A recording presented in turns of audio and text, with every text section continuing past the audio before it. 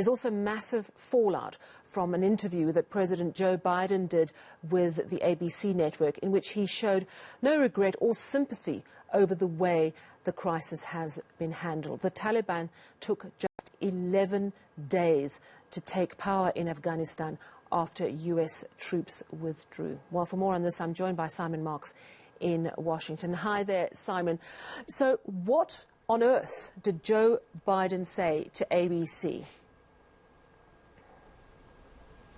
Well, it was an extraordinary interview. The president giving an interview to ABC's George Stephanopoulos last night, once again evincing absolutely no regret about his decision to authorize this rapid, botched military withdrawal that he insists would have led to chaos whenever and however it was unleashed. The president suggested that he may allow American troops at the airport in Kabul now to stay longer than the August 31st deadline that he initially imposed on the mission, but only if there are still American citizens trying to get out of Afghanistan. He didn't make that pledge that they would stay if there were Afghans who have assisted the Americans and other international forces over the last 20 years still trying to get out. And it was quite an extraordinary interview because ABC News last night only transmitted a small portion of it. And he was asked, for example, how he had felt about seeing the images of those Afghans clinging to the fuselage of an American military plane at the airport earlier in the week, some of them then plunging to their death as the plane took off. And he simply dismissed it and said, well, that was 4 or 5 days ago. And his response to that had been, we've got to secure the airport. So you think, well, is he going to express any sympathies for the families of those Afghans who lost their lives, or the families of Americans still struggling to get out of Afghanistan? Today, ABC published the full transcript of the interview, and the answer to the question on both counts is no. No sympathies or condolences expressed whatsoever. It was another pretty callous performance by the President of the United States. And at the same time, the situation in Kabul just seems to be worsening. The United Nations now is talking about the fact that the Taliban seems to be going door to door hunting collaborators, even after saying that they were going to be very peaceful and they weren't going to take any revenge. So there's extreme concern for people left in Afghanistan. And of course, it's not just US citizens, but it's the many people who, through the last 2 decades, assisted the international forces. And it's interesting when US politicians agree, one has to know that it's really serious. This bipartisan group of 50 senators who are now appealing for things to move quickly in terms of the US response. Tell us more about that. Yeah, but the difficulty that they face, Sal, is the same difficulty that we all face, which is trying to get an understanding of precisely what is going on. I'll give you an example. The Pentagon held a briefing here about 90 minutes ago and claimed that 7,000 people have been evacuated by the US military from Kabul airport so far.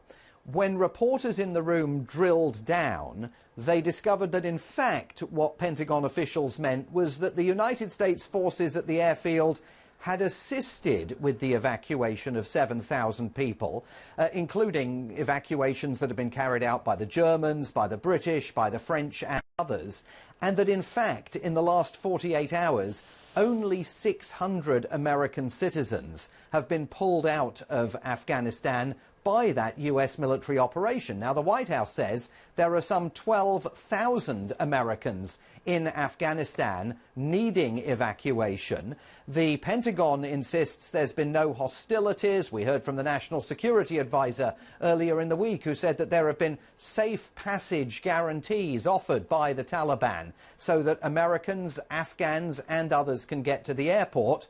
But reports from right outside the airport indicate that the Taliban are absolutely blocking efforts by foreigners and Afghan citizens to get to the airport to try and get on board those evacuation flights. So this is not a national security crisis that by any stretch of the imagination is over for President Biden, and those congressional inquiries, when they get underway next week, are going to see a bludgeoning of some of his top officials. So, you know, you mentioned one meeting, but there are a series of meetings, more updates coming. What are the things that still need to be explained? For example, has the United States made it clear how many Afghan refugees they're prepared to take in? We heard yesterday from the UK, they're saying up to 20,000, possibly more. So the Pentagon says the Americans will take 30,000 Afghan refugees. That's up from 18,000 about 2 weeks ago.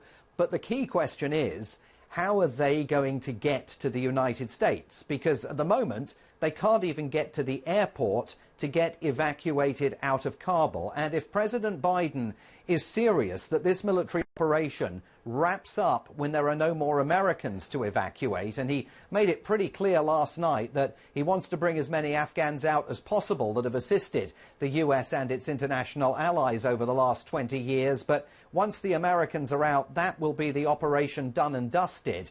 The vast majority of those Afghans are going to get left behind, and many of them now are in fear of their lives, hiding documents that show that they fought with Afghan special forces, assisted as interpreters to the American military, worked even with American non-governmental organizations and media organizations. So the central questions are, how is the United States going to guarantee that people can get to the airport, wherever they've come from? And secondly, are there any circumstances under which this mission is going to be extended? Because if it's not, thousands of Afghans at least, and potentially thousands of Americans, are going to get left behind. And this is dramatically tarnishing Joe Biden's reputation on the world stage and beginning to create substantial domestic political difficulties for him as well. Thank you very much. Simon Marks coming to us live from Washington, D.C.